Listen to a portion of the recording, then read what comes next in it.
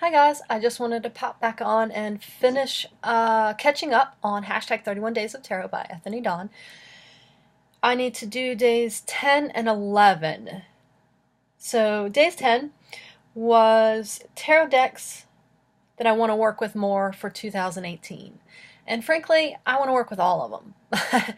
But there are some that really stand out. I have decided that part of my tarot goals for this year is to work with the Tarot de Marseille and pip decks and doing a lot of learning and studying with that and becoming more fluent with it. So I have the La Corte de Tarocchi that I've gone through this with almost every other video, so I won't show it again, but it is a pip deck. And I just got this, which is I'll put it on the screen so you can see it, Tarocco di Besançon. Sorry, I butchered that, but I'm not French. So this is also an Il Menegalo deck. And I'm excited to work with it. I chose this one instead of a traditional Tarot Marseille. One, because I really like the coloration, the off color, the really, it looks like it's been tea stained almost, but just antique-y look. I like the drawings, I like the expressions, I like the color palette, but it seems subdued instead of so bright and jarring to me. So I really wanted to explore that. The other thing I was interested in with this particular deck is that it replaces the High Priestess with Juno and the Hierophant or the Pepis with Jupiter. And those are two archetypes that I'm not familiar with. And so I thought it would be a great opportunity to explore that and why they changed that from the traditional Tarot de Marseille, why they changed it from the Pepis and the Pope. You know, and so I think they just wanted to get away from that religious iconography, and so that it would sell differently and work differently in that particular area of France. And it was on the border of Germany and a couple other places, so I think it allowed for a different audience. Don't quote me on that. I'm still working on the research. But the Jupiter, that particular god, and Juno, I wonder, I'm really curious about their story and how that plays in, or how it changes this deck, how it changes how we feel about the Hierophant as a figure in general. So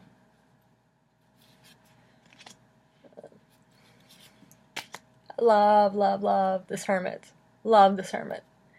I think I just really like the brown. I like his expression. There's a sense of peace about it. So, and you can see the pips are pretty standard. With the floral and the meaning in the floral, with some differences. So, but I'm excited to work with this deck.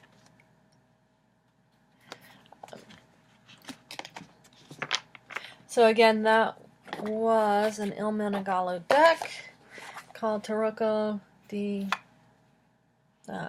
Besançon. Sorry. Since I'm working with Marseille, and I do have the Trionfi della Luna by Patrick Valenza, I haven't worked with this deck. I bought it,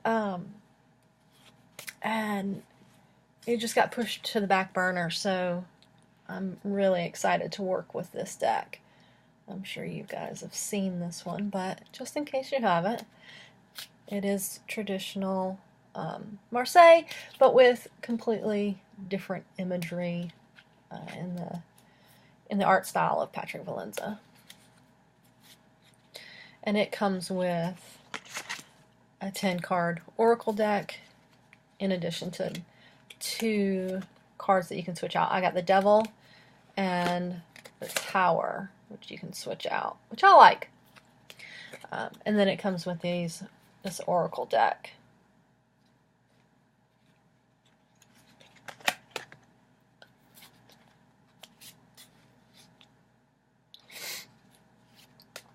And apparently he just published the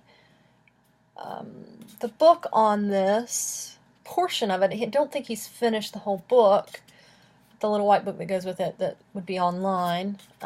So I haven't checked that out, but I'm excited to explore that. And you can see.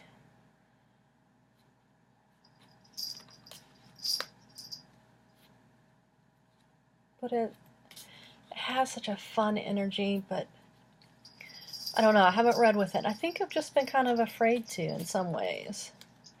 I read a friend's for her, which made me want the deck. But I don't think it's going to be an issue this year.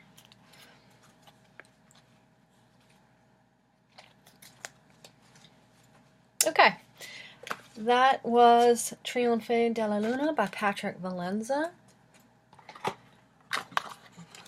And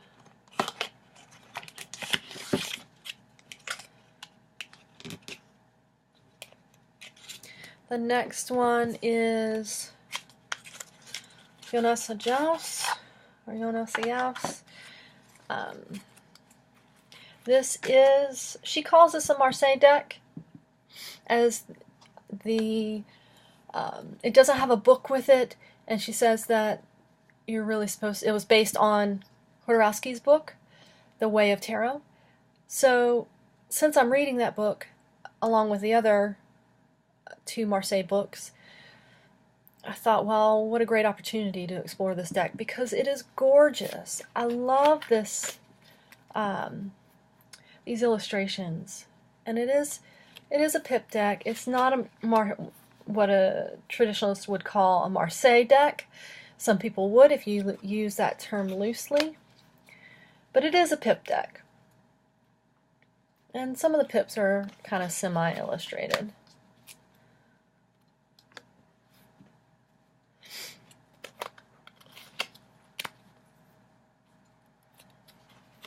So when I first got this deck, I went through all the majors and kind of researched the flowers, because I found that the flowers had a lot of meaning.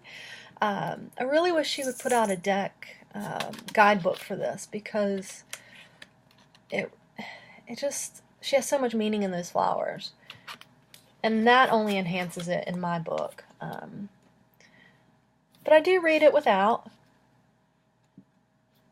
But I think it's going to get more clear this year, so I'm excited to use that a lot.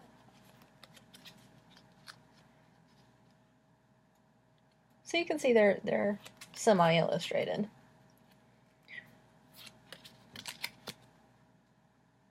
Okay.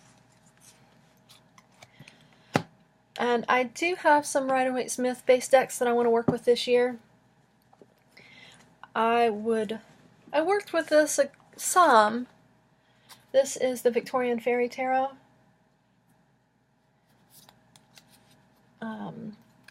But I want to work with it to the point where I know this deck inside and out, where I don't have to look up what summer means, because the suits are autumn, summer, spring,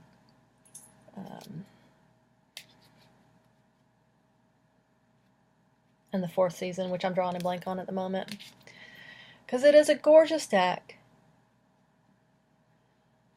And it does tell a lot of information. It is an easy reader for me, which I love about it.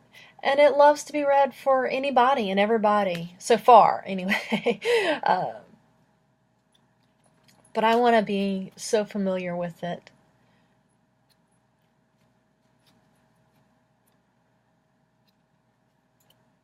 Oh, it's so pretty.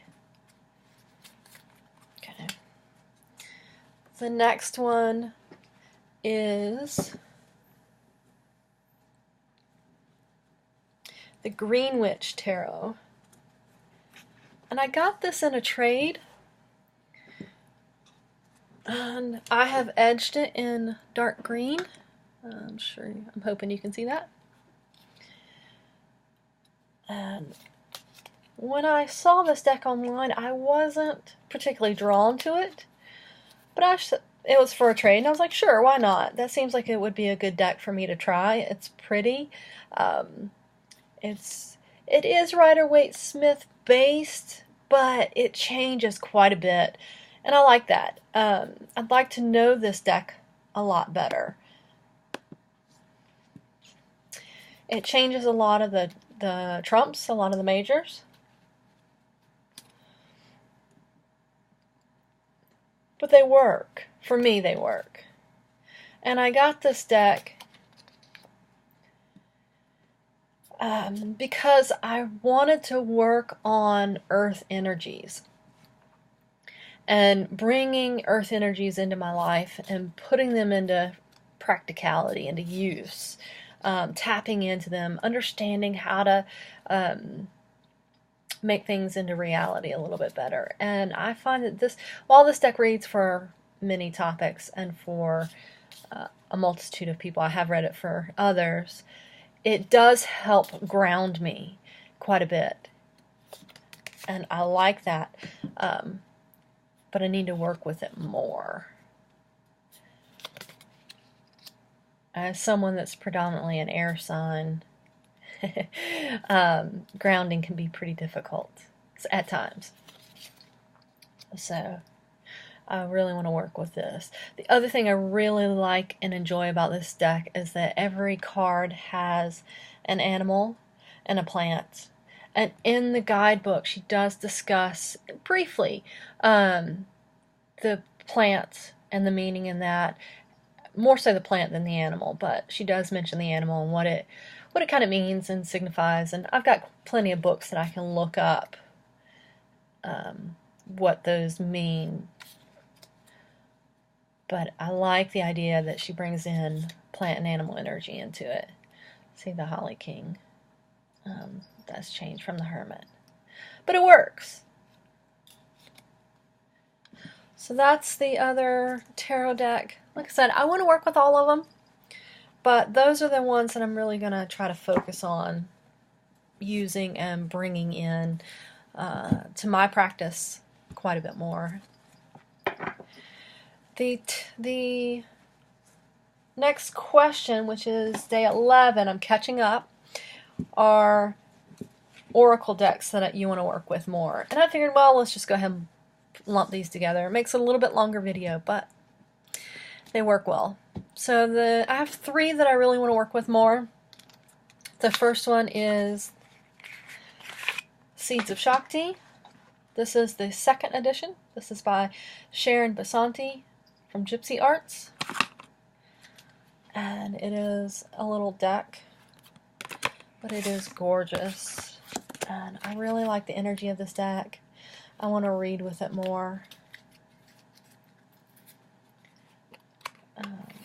I use it in conjunction with tarot. I use it for meditation. I've used it for some ritual type things, for new moon spreads, full moon spreads, that kind of thing.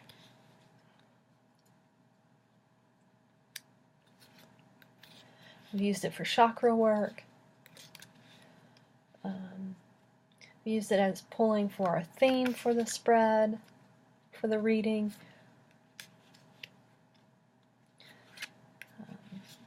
But I love it. I love what she's done with this deck. It's so beautiful, so vibrant, and healing. It can be very, very healing.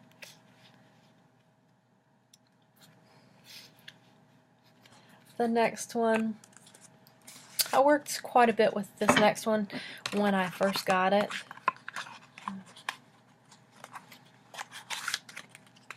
And I don't know why I stopped. I was doing daily reads with it for myself. I have used it for others. And this deck I would like to know much, much better, so that while the reference guide is fantastic, it's probably one of the best written, especially for an oracle deck, that I've found, but I don't have a lot. So I want to be able to know it better, and I do read it intuitively, but I love reading the guidebook. But I want to not have to read the guidebook. But it is an awesome, awesome book. And this deck I'd like to work with more. Like I said, I was working with it every day for a week, or not week, 2 weeks or a month. And then I don't know why I stopped. It is very, very truthful deck. And sometimes I guess we just don't want to look at our stuff or look at the truth in that way or that directly. I don't know. But it's also healing. It can be used for a lot of things. I do use it with tarot. I do use it on its own. It does have reversal meanings in the guidebook. She calls them in protection. This is by Colette Baron Reed. And I love that. I love that they're called in protection.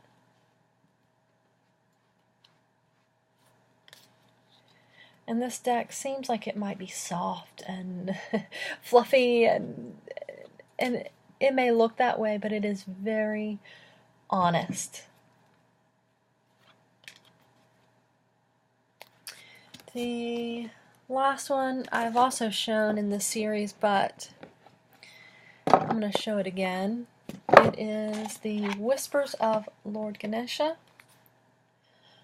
by Angela Hartfield. The book is very well written. I do read this deck intuitively, but I also read the guidebook because it has so much good information. So good. And I'm hoping to, again, get to the point where I just know the book meanings as well as my own. But I'm also okay not having it memorized, or not memorized, but really taking it into the understanding. But this deck, I've talked a little bit about it, but it's very healing. It's very direct as well. There's a lot of really good messages. I do work with Ganesha in my practices, so this deck resonates with me so much.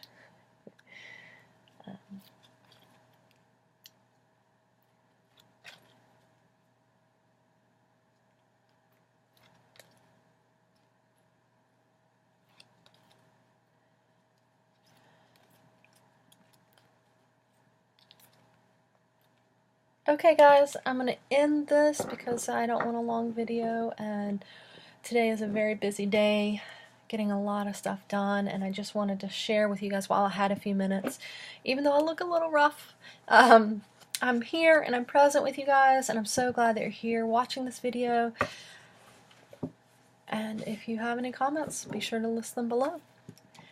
Thank you and have a great day. This is Pamela with Pamela's Tarot Tales.